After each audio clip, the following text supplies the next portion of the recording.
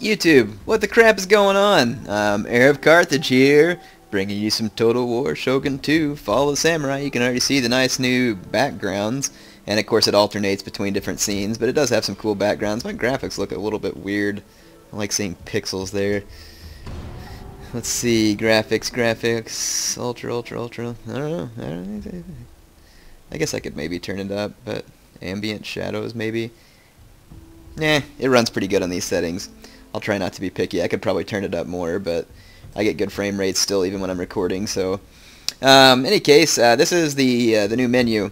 You still have all the same old options, but when you go to New Campaign, of course you can do Shogun 2, Rise of the Samurai, or Fall of the Samurai. So all of them are there. The historical battles.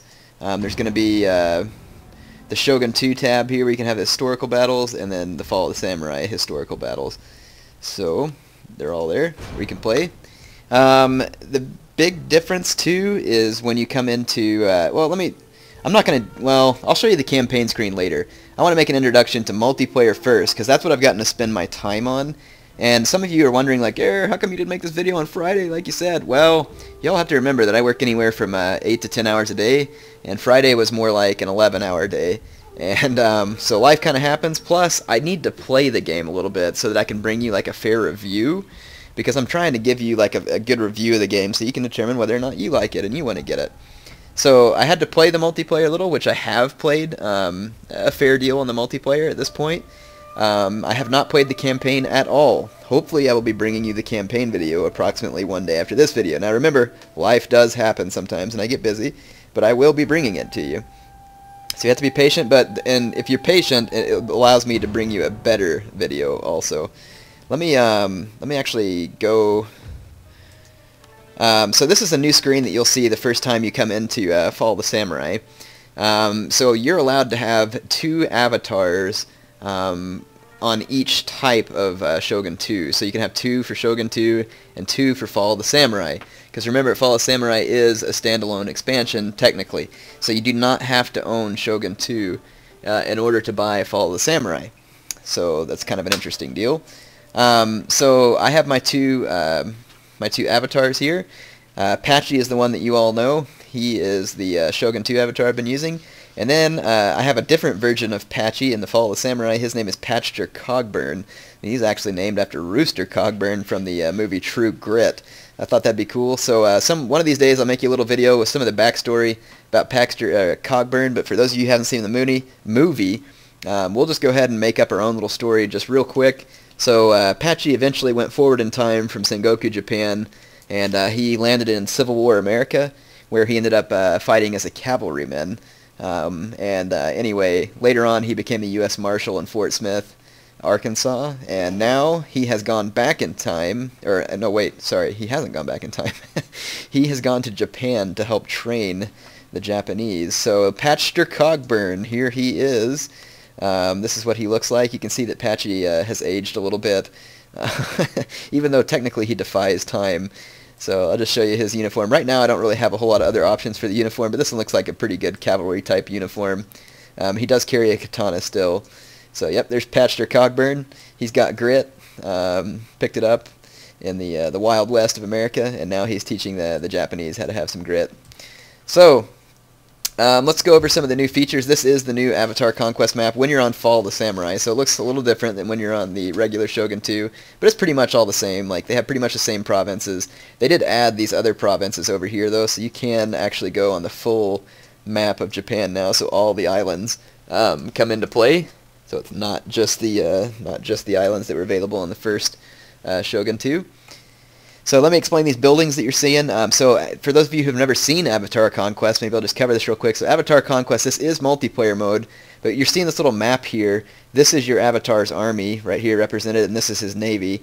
And basically you can move these to different provinces, and then when you click on a match-made battle, if you win that battle, you will capture that province and win whatever reward is associated with it. Like if I win this one, it says Modern Uniform 2, white something trousers, so I'll get like some uniform that I can put on my avatar. This one is a retainer that helps, you know, give bonuses to your armies. These ones with the buildings, this sword looking one of course is melee infantry. This one right here with the whatever that is, that's a foreign troop building basically. So if you capture one of these, it gives you foreign troops. I think the first time you capture it, it gives you the French Marines, and then after that it's like the British Marines and the American Marines. The foreign units are very, very good. They're kind of like elite units, guard units, if you will, if you're used to Napoleon and the Empire. Let's see, this building, of course, gives you new ships whenever you capture one of these. This one with like the little wheel thing over it, if you capture one of those, gives you a new unit of Imperial Infantry. This one is the cannons, so you get more cannons or artillery. This one right here with that little kind of star thing in it, this one gives you Shogunate Infantry if you capture that. So there's Imperial and Shogunate Infantry. The Imperial Infantry tends to have better stats and be more expensive, and the Shogunate Infantry tends to be a little less expensive, but also slightly lesser stats, just roughly speaking. Obviously it depends on which two units you're comparing with each other. I believe that is it for those buildings. So yeah, that's the new campaign map. What else is new? Oh, on the clan page. So clans now can have a specialty for Shogun 2 and Fall of the Samurai. I will set up a clan that specializes in Shogunate troops if you just want to join it. Like if you don't want to be in like an actual competitive clan and you just want to join a group so that you can get clan tokens and upgrade your units, just like I did in Shogun 2. You can join Heir's Bows. It is for Imperial troops, and then I will probably change like Heir's Spears or something like that into Shogunate troops. I haven't done it yet, but this one, see right here, it says clan specialty, archery, and Imperial. So that kind of shows you what's going on there. Alrighty. Yep, everything else is pretty much the same though. You can see that this screen's a little bit different though. You can actually see some of your troops like standing out there, like in your garrison. It's pretty cool. So now that you've gotten a little bit of introduction to what's different in Fall of the Samurai multiplayer, let me show you a few of the units real quick. I have not unlocked all the units. But as far as cavalry goes, this is Carbine Cav, so it's kind of like light dragoons per se from, what you call it, Empire and, yeah, Empire Total War. Then you got Yari Key, which is like a Yari Cav, but of course their stats are a little different. These ones have a little bit lower morale, but a little bit higher attack and slightly less charge than Yari Cav, so that's Yari Key. They're kind of like a traditional unit, but you get to use them in Fall of the Samurai. You got Saber Cav, which is kind of a knockoff of Katana Cav, except obviously you can see that it has less armor, so it's not heavily armored and has less morale than a Katana Cav unit would. I don't have unlocked these other cavalry yet, but I'll show them to you as I do. You got Imperial Guard Cav, Revolver Cavalry, which is insane. It's like cavalry with like 6 shooters. I'm sure that that's going to be completely out of whack. Shogunate Guard Cav, Bow Key, which is obviously probably Bow Cav, and then you got a Samurai Hero Cav. The line infantry, I'll go through the Imperial Troops real quick. You start out with this this Red Bear infantry, which is just a kind of the standard line infantry. You can see its stats there. The morale on the Fall of the Samurai troops tends to be, not always, a little lower than the Samurai troops, which makes sense. And you can see that their melee stats, of course, are going to be nowhere near what the Samurai troops would be. So in any case, yeah, so you get Red Bear Infantry. Now I'm going to run through the Imperial Troops again real quick. Red Bear Infantry, White Bear Infantry, slightly better. And then you get Black Bear Infantry, which is slightly better still. And then you can unlock this Imperial Infantry, which is better, of course, than both of those. And then there's a couple more that I haven't unlocked. Shogun Infantry, okay, yeah. Well, actually, that's all the Imperial Infantry that I can unlock as far as standard line infantry. Now, the Shogun Infantry that I've unlocked includes this White Tiger Force, which is kind of a cheap, really cheap, actually, but and you can see their stats suffer accordingly. They're kind of the Matchlock Ashigaru of this time period, if you will. And then you can move up from there into this Black Tortoise Force, which is actually not a bad unit, but it's slightly lower stats than one of the bear units I just showed you.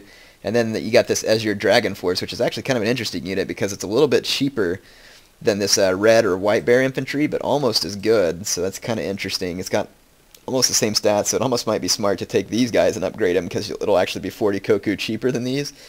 That is all of the Shogun Infantry that I've unlocked, but there's also this Police Force, Shogunate Infantry, and then Vermilion Bird Force, or however you say that. So yeah, anyway, they've got Elite Infantry. The only one I've unlocked so far is this Keihitai or unit, or however you say it. There's Imperial Guard Infantry, Royal Marines, Shogunate Guard Infantry, and United States Marines. But there's also foreign troops that you can unlock that go into your veteran ones, and I'll show you those. Melee Infantry, you've got Spear Levy, Yari Kachi, Katana Kachi, which this is kind of like Yari Samurai. These are kind of like Katana Samurai. Then you've got Kyoto Police, which I'm not exactly sure what those are. but I think it's some type of spear or Naginata unit of some sort. You got Kisho Ninja, which you can still use, and Shogutai, something like that. So yeah, haven't unlocked some of those. Skirmish Infantry, you got Bokachi, which is like a bow samurai. Matchlock Kachi, of course like an old matchlock unit. And I've also unlocked Tosa Riflemen. These are long-range riflemen, kind of like the rifles that you're used to in Empire Total War. There's also Sharpshooters and this other Yugetai or something, I don't know how to say it anyway. Artillery, I've unlocked the Parrot guns and the wooden cannons. I still need to unlock the Armstrong guns and the Gatling gun. So that's pretty much the run through those units. Here's the veterans that I have so far. I have unlocked the Infanterie des Marines, which is a French Marine unit. These guys kick some pretty serious butt. You can see their stats right here. I haven't even put any upgrades on them, even though it shows them with 5 chevrons. I haven't upgraded them, but look at their stats compared to like one of my upgraded White Bear infantry. I mean, these guys are insane, but they're also expensive. So yeah, anyway, I don't really have a whole lot of veterans so far. Let me show you the avatar skill trees. These are a little different. So you can have a Gunpowder Mastery line, a Command Mastery, and a Bushido Mastery. So Bushido, of course, is kind of like traditional warrior, way of the warrior stuff. You can get bonuses like speed, melee defense, armor, bonsai, second wind. You know, it's really going to be most helpful with like melee type statistics and speed and getting around the map. Command, of course, is going to give you some morale bonuses and a bigger aura to inspire your men. Stand and fight has been nerfed, but it's still around. Increased army morale, and bombardment, which allows you to call in a naval strike. So it's always another interesting one. The Gunpowder Mastery, of course, focuses on, well, your avatar is going to focus on making him better with his revolver and his bodyguard. But also you can unlock bonuses. Now this is the way the bow general should have been originally, but now they finally fixed it. So it gives you increased army statistics. So like my armies get like a bonus to reload even if I haven't turned them into veterans. You can get extra ammunition, extra accuracy. There's naval ones. And then there's also stuff for your cav and your... yeah, this one increases the range of my avatar, so Patcher Cogburn's got a little bit longer range now. So anyway, this kind of gives you an idea of the different types of skills that your Fall of the Samurai avatar can use. Alrighty, now that we've seen all this, I think I've covered most of what's new in multiplayer. Let's go show you a battle. Now, I can't show you a battle replay, which is frustrating because I want to do close-ups, but for some stinking reason, CA did not fix the replays. In fact, they're probably worse than ever, so they're not even close half the time. So yeah, I'm going to go ahead and just show you a battle, and then I will show you a naval battle also to kind of get you all introduced to this. I do want to keep capturing some of these buildings. So I am thinking I'm going to pick up my avatar's army and drop it over here.